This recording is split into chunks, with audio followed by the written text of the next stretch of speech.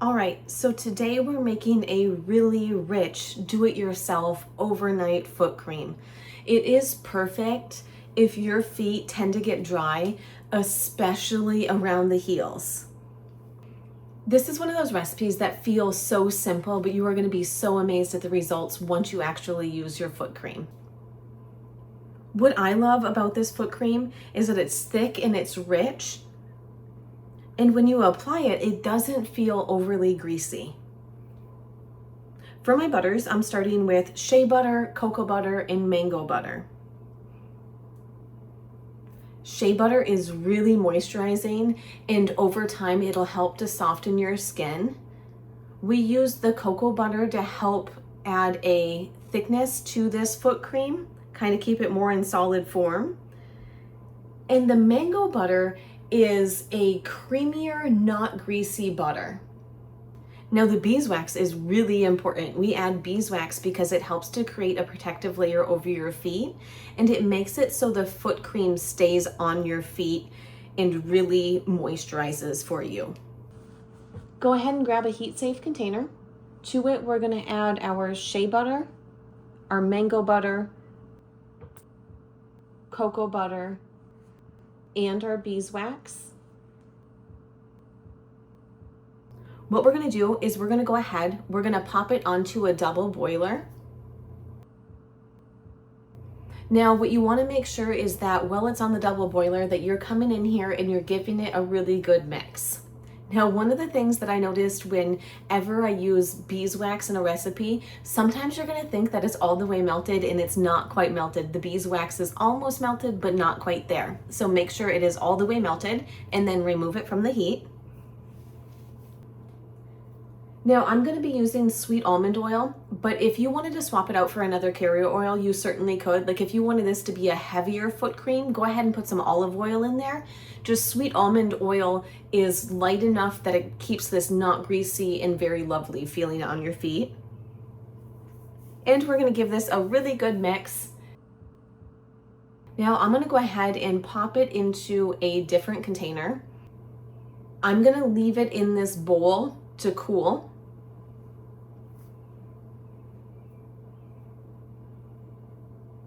Now we want it to cool down until it's like a cloudy consistency before we add any of our cool down ingredients. Once you're kind of at this, it's starting to thicken up a wee little bit and it's kind of cloudy, go ahead and add your arrowroot powder. Now arrowroot powder is one of the superstars of this recipe. It really helps to cut down that greasy feeling that you can get when you're using all of these butters. We're also going to add some vitamin E oil. So vitamin E oil is really good at extending the life of your butters and oils. It is also good for your skin. And at the same time, I'm going to add some tea tree essential oil, which smells absolutely amazing. I think this might be my favorite essential oil. Now, I like to start out by mixing everything with a spatula, by hand. And then once I have it pretty much incorporated, I'm gonna come in with the hand mixer. Just make sure that we get the arrowroot powder fully mixed in to our butters and our oils. Now, it shouldn't take you long at all until it's all the way mixed in. I'm gonna leave this to cool some more. You can certainly pop it in the fridge or the freezer if you're in a rush. I just left it sitting on the counter. It took, I swear, forever to cool, but I was outside playing in the garden, so it didn't matter to me. And then we're gonna go ahead, you're gonna notice that it's gonna thicken up. It's gonna be like a foot balm. And it's gonna be a little bit hard to mix at first. And as you start getting it mixed up, you'll notice that it goes from like that yellow, thick, heavy foot balm consistency to more of a white, light, fluffy, whipped consistency. And this is the most important step. Not that there's anything wrong with a balm, it's technically the same thing.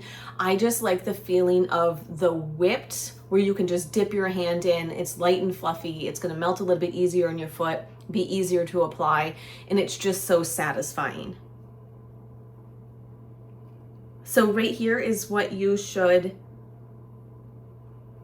end up with. You want it to be light, You want it to be fluffy, more of the cream consistency that I was talking about. Now you'll notice that it's thick, but it's still soft, which is weird to say. You can tell it holds its shape when you move it, but it's definitely light and fluffy and exactly what you would expect for a whipped foot product. Now here is how you actually get results from this foot cream. Using it correctly is so very important. So what you're gonna do is you are gonna apply a good amount to your feet and to your heels, really focusing on any dry spots. Then you're gonna take a pair of cotton socks and put it directly over the cream. Now you can really use this anytime, but honestly, leaving it on your feet overnight is where you're gonna see the best and the biggest results. It really is a game changer.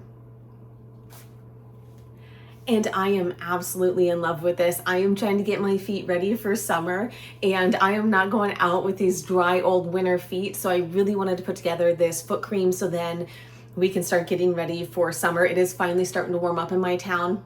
I am so happy about that. I really hope you enjoyed the video. If you haven't done so already, be sure you hit the like and subscribe button down below.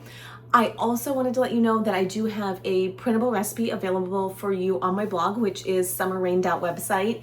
And if you haven't been over there recently, I did do a whole overhaul of the website. So I really hope you guys like it. I hope you like the new beginner sections and some other stuff that I put in. I am going to be doing some more work on that coming up, so I will keep you posted on the website.